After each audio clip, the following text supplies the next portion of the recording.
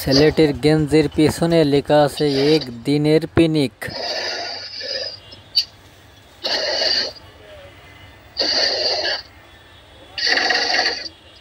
ছেলেটির গেঞ্জির পিছনে লেখা আছে এক দিনের পিকনিক।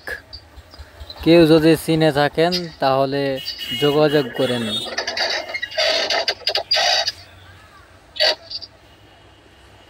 ছেলেটির কেউ যদি সন্ধান দিতে পারত তাহলে খুব উপকার হতো।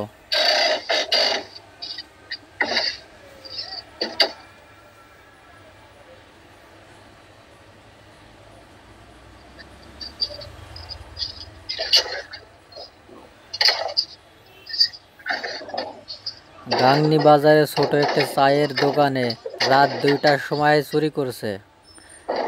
20,000 টাকা সিগারেট চুরি করছে আর ক্যাশ টাকা।